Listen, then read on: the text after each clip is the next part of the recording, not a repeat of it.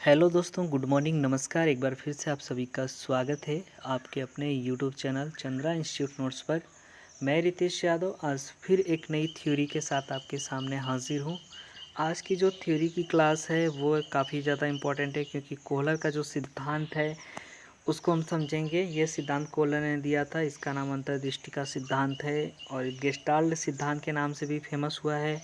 इसके बाद सूझबूझ का सिद्धांत भी इसे कहा जाता है। तो आपके एग्ज़ाम में काफ़ी बार इससे प्रश्न बन चुके हैं, तो आप इसको अंत तक ज़रूर देखा करें, क्योंकि अगर आपकी थ्योरी कंप्लीट रहेगी तभी आप अच्छा स्कोर कर पाओगे। तो थ्योरी की क्लासेस मैं यहाँ पे करवा रहा हूँ, फ्री में करवा रहा हूँ। आपको फ्री में करना है, कोई पेड बैच कुछ भी नहीं बाई करना है किसी से। आप यहाँ से पढ़ाई कर सकते हो अगर आप चाहो तो। आपको अच्छा लगता है तो ही चैनल को आप सब्सक्राइब करना और वीडियो को लाइक करना। तो चलो शुरू करते हैं। अभी हम आज का क्लास 12 नंबर का क्लास है, यानी सिद्धांत के ऊपर जो क्लास चल रहा है अभी, जो सीडीपी की क्लास है वो 12वीं क्लास आज है। बहुत सारे लोग कमेंट करके पूछते रहते हैं या ईमेल करते हैं।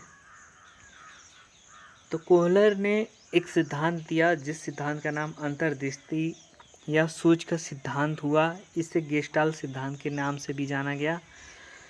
तो इस सिद्धांत में जो विशेष मनोवैज्ञानिक थे वो थे वर्दीमर, कोहलर, कोफा और कोटलेनिन। ठीक है, ये चार मनोवैज्ञानिक आपको देखने को मिलेंगे गेस्टाल्ट सिद्धांत के अंतर्गत। तो गेस्टाल्ट जो शब्द है, सबसे पहले इसको समझ लीजिए कि गेस्टाल्ट है क्या, क्योंकि आप में से बहुत सारे ऐसे लोग होंगे उनको पता ही नहीं होगा कि गेस्टाल्ट क्या है।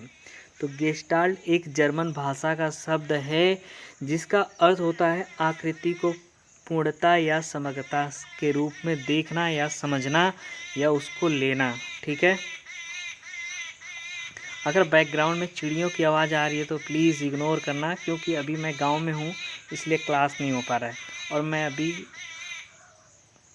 घर से बाहर आकर के वीडियो बना रहा हूँ आप लोगों के लिए। तो लाइक और सब्सक्राइब तो बनता ही है।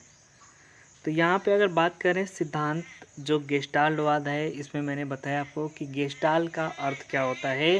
तो किसी भी आकृति को अगर पूर्ण रूप से समग्रता से आप देखते समझते हैं तो उसे हम क्या कहते हैं, गेस्टाल्ट। ठीक है, और गेस्टाल्टवाद सिद्धांत की अगर बात करें, जो इसके प्रतिपादक रहे हैं मैक्स वर्दीमर का नाम मुख्य रूप से जाना जाता है, और इसमें सहयोगी जो हैं कोफा, कोहलर, इन लोगों को भी माना जाता है इसके सहयोगी। तो मैक्स वर्दीमर का नाम यहाँ पे आया, इसलिए मैक्स वर्दीमर से जुड़ा हुआ एक पॉइंट मैं आपको बता देता हूँ कि इन्होंने एक ऐसे सिद्धांत छोड़िए, एक ऐसे यंत्र का निर्माण किया था, यानी एक यंत्र ऐसा बनाया था जो झूठ का पता लगा सकता था। यानी कि झूठ का जो पता लगाता है उस यंत्र को बनाया सबसे पहले किसने, तो मैक्स वर्दीमर ने बनाया। इसके बाद अंतर्दृष्टि सिद्धांत जो सूझ का सिद्धांत है, इसकी विस्तृत अगर व्याख्या आप देखेंगे तो कोहलर ने अपने पुस्तक में करी है जिसका नाम है गेस्टाल्ट साइकोलॉजी, जो 1959 में इसको प्रकाशित की थी कोहलर ने। ठीक है, तो गेस्टाल्ट जो साइकोलॉजी है इसको कोहलर ने इस पुस्तक को लिखा है। इसमें सूझ का सिद्धांत या अंतर्दृष्टि का सिद्धांत दिया है। तो कोहलर ने प्रयोग किस पर किया, इससे पहले मैंने आपको बताया थॉर्नडाइक, स्किनर, पावलोव, इन्होंने अपना प्रयोग किसी ने चूहे, बिल्ली, कुत्ते, इन सब पर किया है ना, कबूतर पर किया।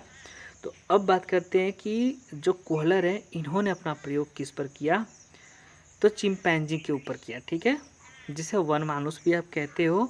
इस चिंपैंजी का नाम भी आपसे एग्जाम में पूछा जा चुका है, तो इसका नाम था सुल्तान। ठीक है, इतनी चीज़ें क्लियर हो चुकी होंगी।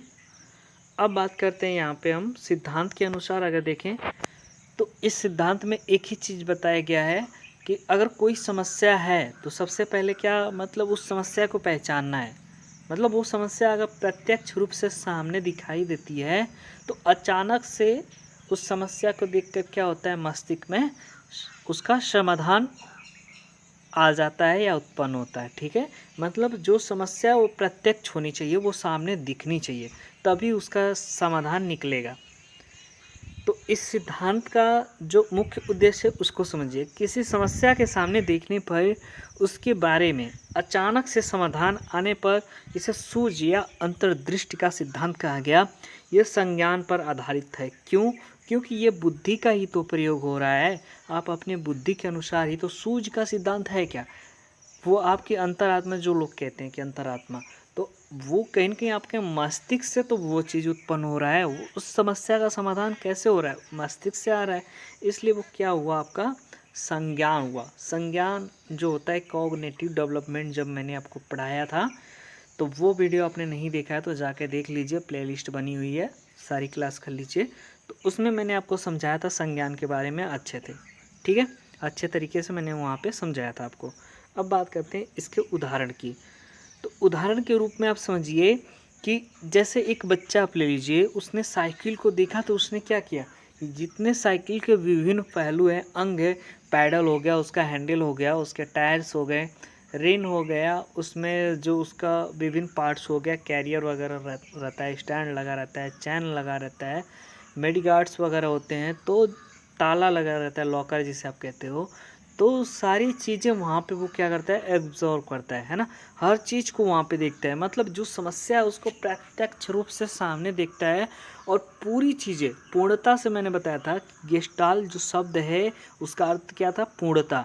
तो वो क्या करता है, साइकिल को पूरी तरह से देखता है ना, ऐसा नहीं कि आधा अधूरा देखता है। तो जब वो पूरी तरह से देख रहा है तो वो क्या हो रहा है, उसका कहीं न कहीं ये गेस्टाल सिद्धांत के रूप में इसको जाना जा रहा है, ठीक है। तो क्या करता है, समस्या का जो एक एक पार्ट होता है उसको क्या करता है, समग्रता उसकी जो होती है, यानी कि पूर्ण रूप से उसको देखता है, ठीक है। अब सिद्धांत जो है इसको समझेंगे कि इसने जो प्रयोग किया तो किस प्रकार से किया। जब मैंने आपको बताया था स्किनर का सिद्धांत, तो उन्होंने जब प्रयोग किया तो उन्होंने उसके सामने क्या रखा, उद्दीपक अनुक्रिया का जो सिद्धांत बना आपका थॉर्नडाइक का, तो उन्होंने क्या रखा, ठीक है, किसी ने मछली के टुकड़े को रखा, तो किसी ने उसके सामने भोजन को रखा। इस तरीके से मतलब कुछ कुछ चीज़ें लोगों ने रखा, प्रयोग किया।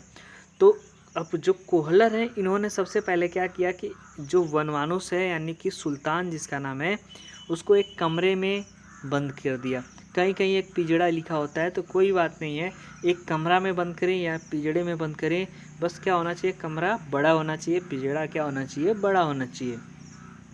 जिससे उसकी छत पे क्या किया कि जो केले होते हैं ना, ये केला खा रहा है, तो केले को क्या किया, लटका दिया, ठीक है, उसको किसी रस्सी वगैरह की सहायता से वहाँ पे छत से लटका दिया।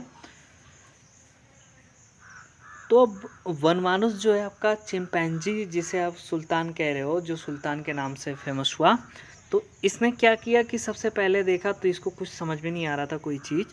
तो इसने देखा कि अचानक वहाँ पे कोहलर ने क्या किया कि एक रखा था लकड़ी का बॉक्स, ठीक है, 3-4 बॉक्स रख दिए थे उस कमरे में, उसके साथ बंद कर दिए थे। तो जब देखा चिंपैंजी काफ़ी भूखा था, इसको भूख लगी, तो इसने देखा कि ऊपर केला टंगा है, उसको प्राप्त करने की कोशिश कर रहा है पर कुछ नहीं हो पाया। फिर अचानक से इसके दिमाग में, आप वर्ड पे ध्यान दीजिए, अचानक मतलब एकाएक उसने क्या किया कि उसको कैच किया। कैच कैसे किया, मतलब पकड़ा कैसे, उसको प्राप्त कैसे किया, लकड़ी के जो सारे बॉक्स थे बॉक्से, तो उनको उसने एक के ऊपर एक रखना शुरू कर दिया और इस तरीके से उसको प्राप्त कर लिया। वही चीज़ मैंने आपको बताया कि सबसे पहले कोहलर ने क्या किया, सुल्तान को एक जो भूखा चिंपैंजी था एक कमरे में बंद किया और उसके छत से कुछ केले लटका दिए। चिंपैंजी के पहुँच से वो दूर थे, जो केले थे काफ़ी दूर थे, और कोहलर ने क्या किया कि कमरे में 3-4 खाली बक्से जो है उसको रख दिया, बॉक्स, ठीक है, बक्से रख दिए। चिंपैंजी बार बार प्रयास किया लेकिन वो नहीं पहुंचा। अचानक से उसने क्या देखा कि कमरे में क्या पड़ा है, बॉक्स पड़ा है, ठीक है। तो उसने क्या किया कि बॉक्स पे जैसे ही उसका ध्यान गया तो उसने सभी बॉक्सों को एक के ऊपर एक रखना शुरू कर दिया। जैसे ही रखा उसको केले प्राप्त हो गए, ठीक है, उसने प्राप्त कर लिया। अब दूसरी बार क्या हुआ, दूसरे बार कोहलर ने क्या किया कि चिंपैंजी को फिर से कमरे में बंद किया और इस बार उसने 3-4 छड़ी डाल दिया, बक्से को निकाल लिया, 3-4 छड़ी को वहाँ पे फेंक दिया। अब क्या होगा कि अब चिंपैंजी क्या करता है, प्राप्त करने के लिए छड़ियों को आपस में जोड़ता है, यानी कि देखता है उसके दिमाग में, संज्ञान में, मस्तिष्क में कुछ चल रहा होता है, मतलब अचानक से सूझ आती है कि मुझे इस तरीके से प्राप्त करना चाहिए। तो उसने लकड़ी जो छड़ी थे उसको जोड़ा एक दूसरे में और जोड़ करके इस तरह से प्राप्त कर लिया। अब इस सिद्धांत का जो मुख्य निष्कर्ष निकलता है यहाँ पे, उसको समझ लीजिए कि इस सिद्धांत के प्रयोग के आधार पे हम यानी कि जो कोहलर हैं वो क्या बताए कि चिंपैंजी ने विभिन्न परिस्थितियों को क्या किया, समग्र रूप से प्रत्यक्षीकरण उसका किया। परिस्थितियाँ कैसी भी रहीं, उपलब्ध सामग्री का प्रयोग करके उसने क्या किया, समस्या के हर पहलू का गंभीरतापूर्वक विश्लेषण किया, यानी समझा उसको। फिर तुरंत उसके दिमाग में क्या हुआ, सूझ से, एक समझ से, एक संज्ञान से उसके दिमाग में क्या हुआ, उसकी अंतर्दृष्टि कह लीजिए, सूझ कह लीजिए, अचानक से उसके दिमाग में, मस्तिष्क में समस्या समाधान के बारे में पता चला और उसने छड़ी को जोड़ करके, बक्से को जोड़ करके यहाँ से अपनी समस्या को सॉल्व कर लिया। अब जो गेस्टाल्टवादी जो हैं मनोवैज्ञानिक, इन्होंने 5 संप्रत्यय दिए, ठीक है। जो अंतर्दृष्टि सिद्धांत है इसके 5 संप्रत्यय दिए। उन्होंने पहला संप्रत्यय बताया लक्ष्य को, यानी कि लक्ष्य होना चाहिए, मतलब वो भूखा है, उसने देखा कि उसके पास क्या है, केला है, ठीक है, केला है, लेकिन वो उसका लक्ष्य बना हुआ है, वो छत के ऊपर टॉप पे बना हुआ है, तो उसने केले को अपना लक्ष्य बनाया, ठीक है। यहाँ पे केला हो गया उसका लक्ष्य, उसका लक्ष्य हो गया केला। बाधा ये थी कि उसने प्रयास किया, पहुँचा नहीं, ठीक है, उससे काफ़ी दूर था, तो ये हो गया आपका दूसरे नंबर पे, वो हो गया दूर, ठीक है। यहाँ पे काफ़ी दूर था तो ये उसकी बाधा हो गई। तनाव, टेंशन ज़रूर होगा, स्ट्रेस ज़रूर होगा। क्यों होगा, क्योंकि देखिए कहीं ना कहीं अगर समस्या आप देखते हो तो आपके अंदर एक तनाव बना रहता है, तो उस तनाव को उसने क्या किया कि तनाव को ख़त्म करने के लिए संगठन किया, ऑर्गेनाइज़ किया, सभी चीज़ों को कलेक्ट किया, मतलब जो छड़ी थे, जो बक्से थे, उनका प्रयोग करने के लिए उनका संगठन किया, यानी उनको एकत्रित किया, एक के ऊपर रखना प्रारंभ किया या एक से एक को जोड़ना शुरू किया, फिर पुनः संगठन किया। पुनः संगठन का मतलब है कि जब उसको प्राप्त कर लिया तो ये क्या हो गया, संतुष्ट हो गया। तो ये आपका 5 जो है संप्रत्यय थे आपके अंतर्दृष्टि सिद्धांत के। अब बात करते हैं अंतर्दृष्टि जो सिद्धांत है, यानी सूझ का जो सिद्धांत है, इसकी शिक्षा में क्या उपयोगिता है, शिक्षा में क्या महत्व है, इसको समझ लीजिए। यहीं आपके एग्ज़ाम में ये बन सकता है। और यहाँ पे किस पर प्रयोग हुआ, तो चिंपैंजी पे हुआ, ये बन सकता है। ये सब 5 संप्रत्यय, इसमें से 3 दे देगा, चौथा बदल देगा, कोई अन्य कर देगा, या फिर आपका कर देगा इसमें से कोई एक दे देगा, 3 अलग चीज़ें दे देगा, बोल देगा ये नहीं है या ये है इसका संप्रत्यय, इनमें से कौन सा संप्रत्यय है, तो आपको वहाँ पे सेलेक्ट करना पड़ेगा। ये आपके कॉन्सेप्ट बेस इस तरह से सीटेट में आते हैं। बाकी यूपी टेट एग्ज़ाम में आपके वहाँ पे क्वेश्चन डायरेक्टली पूछ लिए जाते हैं, जो मैं आपको बताता रहता हूँ, ठीक है। तो शिक्षा में उपयोगिता की बात करें तो यहाँ पे बताया जा रहा है कि बच्चे को सब कुछ पढ़ाया जाए, मतलब जब भी कुछ भी पढ़ाया जाए तो कुछ सीखने के लिए कहा जाए तो उसको क्या किया जाए, समग्र रूप। जो गेस्टाल्ट है, इन्होंने समग्र पे ध्यान दिया, तो इन्होंने कहा कि जो प्रत्यक्ष रूप से उसके सामने क्या होना चाहिए, सब चीज़ प्रस्तुत होना चाहिए, मतलब एक एक चीज़ वहाँ पे प्रस्तुत कर देनी चाहिए। तो बालकों का बौद्धिक विकास, उनकी अंतर्दृष्टि अथवा सूझ बहुत अधिक आवश्यक होता है, यानी कि इस विधि से उसमें विकास हो सकता है।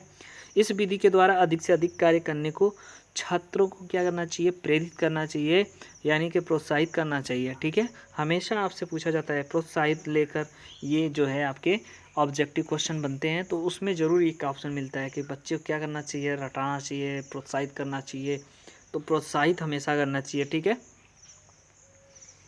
अब यहाँ पे बात करते हैं दूसरा जो आपका निकल के आता है यहाँ पे जो शैक्षिक महत्व, वो है पाठ्यक्रम का निर्माण करते समय ध्यान देना चाहिए कि सूझबूझ अथवा अंतर्दृष्टि प्रक्रिया को वो क्या कर रहा है, उसको ध्यान में रख करके बनाया जाना चाहिए, यानी कि विभिन्न अंगों को एक साथ रखना चाहिए। ऐसा नहीं कि एक ही पार्ट को आप रखें। कोई टॉपिक है, कोई चीज़ आप बता रहे हो, जैसे बच्चे को आपने पढ़ाया, मैं आपको पढ़ा रहा हूँ और एक ही चीज़ मैं आपको बताऊँ, सिर्फ कि कोहलर ने एक सिद्धांत दिया, प्रयोग के बारे में ही ना बताऊं, या विभिन्न जो पॉइंट्स मैं बता रहा हूं वो ही ना संप्रत्यय ही ना बताऊं, तो फिर क्या हो जाएगा, अधूरा हो जाएगा। यानी एक चीज़ के बारे में आप बता रहे हो तो वो अधूरा रहेगा, लेकिन एक ही चीज़ के पूरे पॉइंट्स को आप कवर कर रहे हो तो वो आपका क्या हो रहा है, प्रत्यक्षीकरण हो रहा है। संपूर्ण चीज़ों पे जब आप यहाँ पे समग्रता पे जोर दिया गया है, संपूर्ण पे जोर दिया गया है गेस्टाल्टवाद में, अंतर्दृष्टि या सूझ के सिद्धांत में, तो जब इसको हम एकाग्र बताएंगे या समग्र बताएंगे या फिर बताएंगे आपके संपूर्ण बताएंगे, तो आप समझ जाएंगे वहाँ पे कि बच्चे को क्या करना चाहिए, संपूर्ण जानकारी देनी चाहिए। आधा अधूरा ज्ञान खतरनाक होता है, ऐसा कहा जाता है। तो उम्मीद है इतने पॉइंट्स आपको सारी चीज़ें समझ में आ गई होंगी। अगर समझ में आती हैं तो वीडियो को आप लाइक शेयर सब्सक्राइब कर सकते हो। तो यहाँ पे आप टेलीग्राम से जुड़ सकते हो, यहाँ पे विजिट कर सकते हो और इसके नीचे लिंक मिलेगा आपको, वहाँ जाके आप आर्टिकल पढ़ सकते हो, अपनी चीज़ें कमेंट कर सकते हो। यूट्यूब पे भी, वहाँ पे भी कर सकते हो। आप मुझे मेल भी कर सकते हो या फिर टेलीग्राम पे आप मुझसे चैट भी कर सकते हो। उसके लिए मैंने आईडी भी बता दी अपनी। तो विभिन्न चीज़ें आपके लिए हैं। आप जाइए, पढ़ाई कीजिए, अच्छे मन से अपनी तैयारी कीजिए और आपके एग्ज़ाम तक मैं आपकी सारी थ्योरी क्लास कंप्लीट करवा दूंगा। सीडीपी में आप 30 में 30 लाओगे, ये गारंटी है। आपका हिंदी भी कंप्लीट करवा दूंगा मैं। हिंदी जो चाहे जिस एग्ज़ाम की तैयारी कर रहे हो सबके लिए पर्याप्त होगा जो मैं बताऊँगा। इसके अलावा हिस्ट्री के क्लास में लेने वाला हूँ, तो वो मैं अभी कुछ दिन में अस्थाई जब हो जाऊंगा तो फिर मैं उसको लेना शुरू कर दूंगा। इसके अलावा मैं आपको बता दूं, मैं आपके पर्यावरण भी कंप्लीट कर दूंगा, ठीक है। और जो आपके पेडागोजी से संबंधित जो टॉपिक रहेंगे, मैथ्स वगैरह या जो भी चीज़ें, पेडागोजी मैं कंप्लीट करवा दूंगा। क्योंकि मेरे पास बोर्ड नहीं है तो मैं आपको यहाँ पे क्वेश्चन सॉल्व नहीं कर सकता। कहने का अर्थ ये है कि सॉल्व करने के लिए मैं मैथ के क्वेश्चन यहाँ पे लगवा नहीं सकता हूँ, लेकिन हाँ आपके प्रैक्टिस के तौर पे मैं आपको प्रोवाइड कर सकता हूँ पीडीएफ के रूप में, ठीक है। तो आपका एग्ज़ाम जैसे जैसे नज़दीक आएगा मैं आपकी तैयारी को और बेहतर बनाते चलूँगा। तो इतना ही इस वीडियो में। मिलता है नेक्स्ट वीडियो के लिए, तब तक के लिए बाय बाय, नमस्कार, जय हिंद।